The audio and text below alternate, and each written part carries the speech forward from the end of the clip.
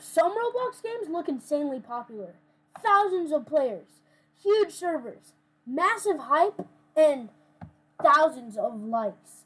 But sometimes that popularity, to put it quite simply, isn't real.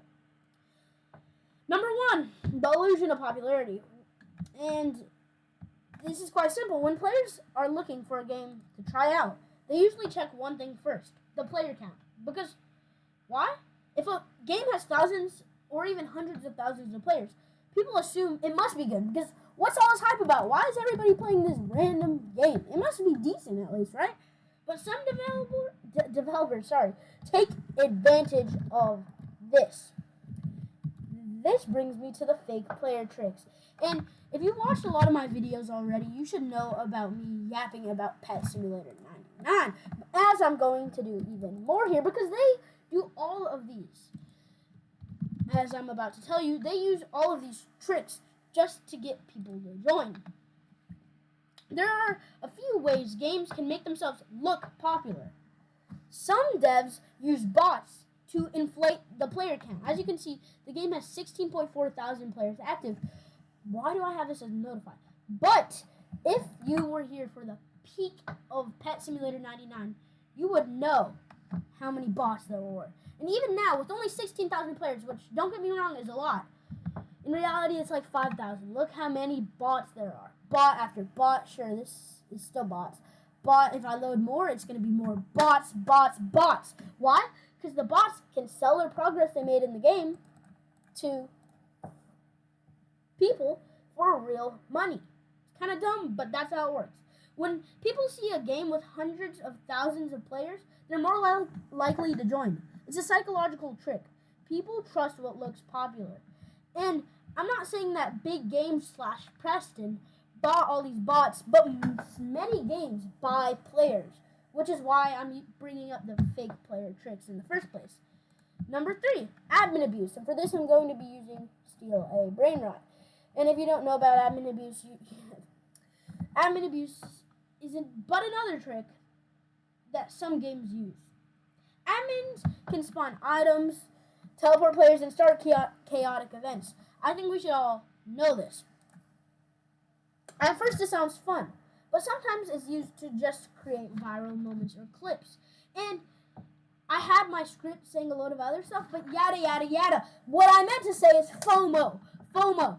Any game that does admin abuse to 7-year-old kids is kind of evil, because FOMO is, if you don't know what it is, it's the fear of missing out. I don't know why I'm not loading, my bad.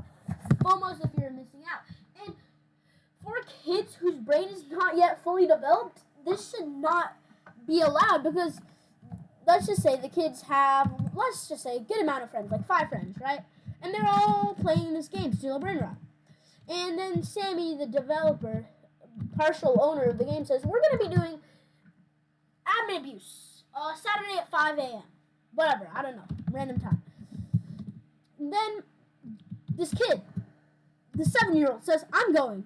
All the other friends want to chip in. And then that one friend who can't is going to have the ultimate FOMO, because he can't chip in, he can't play and have fun with everybody else. And, yeah, this guy randomly joined. I don't know. Okay, whatever. That's what FOMO is, and any game that uses admin abuse very much uses this technique to their advantage, especially around 7-year-old iPad kids. This can cause a temporary spike in players because everybody wants to see the chaos. FOMO. And over here I have, look, this is a Steal a Brain Rot amount of visits. This is the amount of visits, but like as you can see, it's up here. Boom, it spikes, and then it goes down.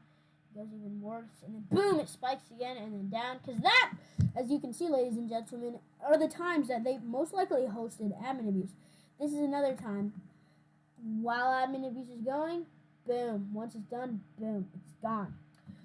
Why player count spike? When something crazy happens in a game, admin abuse, people share clips and FOMO.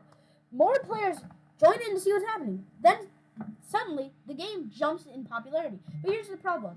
My bad, that's my phone. it dies so quickly because once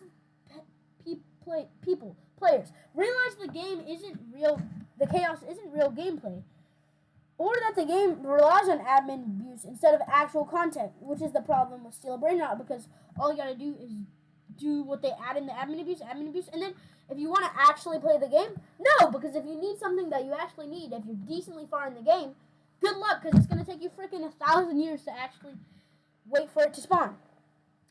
And then once the people realize that the game relies on admin abuse instead of actual content, they leave. And when players leave, the numbers crash. Steal a Brainout, it still is the most popular, technically, Roblox game because it did hit 20-something million players at its peak during admin abuse. And now look at it, 247,000, puny compared to the numbers they used to pull. Abyss. This is my last thing. I made a whole video on why Abyss is dying, so I don't really need to explain. That's why some Roblox games just explode overnight and then disappear just as fast. Abyss. At its peak, it had 90,000. Not even admin abuse, and now 5,000. When I was recording the Abyss video, it at least had some more. It had 16,000, and then it kept getting lower. My prediction was right. It was dead before it even started. That's why some Roblox games just explode overnight and then disappear just as fast. Because popularity built on tricks doesn't last. My gosh! My phone. Real success in Roblox comes from something much harder. A game people actually want to keep playing. Not some repetitive cash grab, but something people actually enjoy.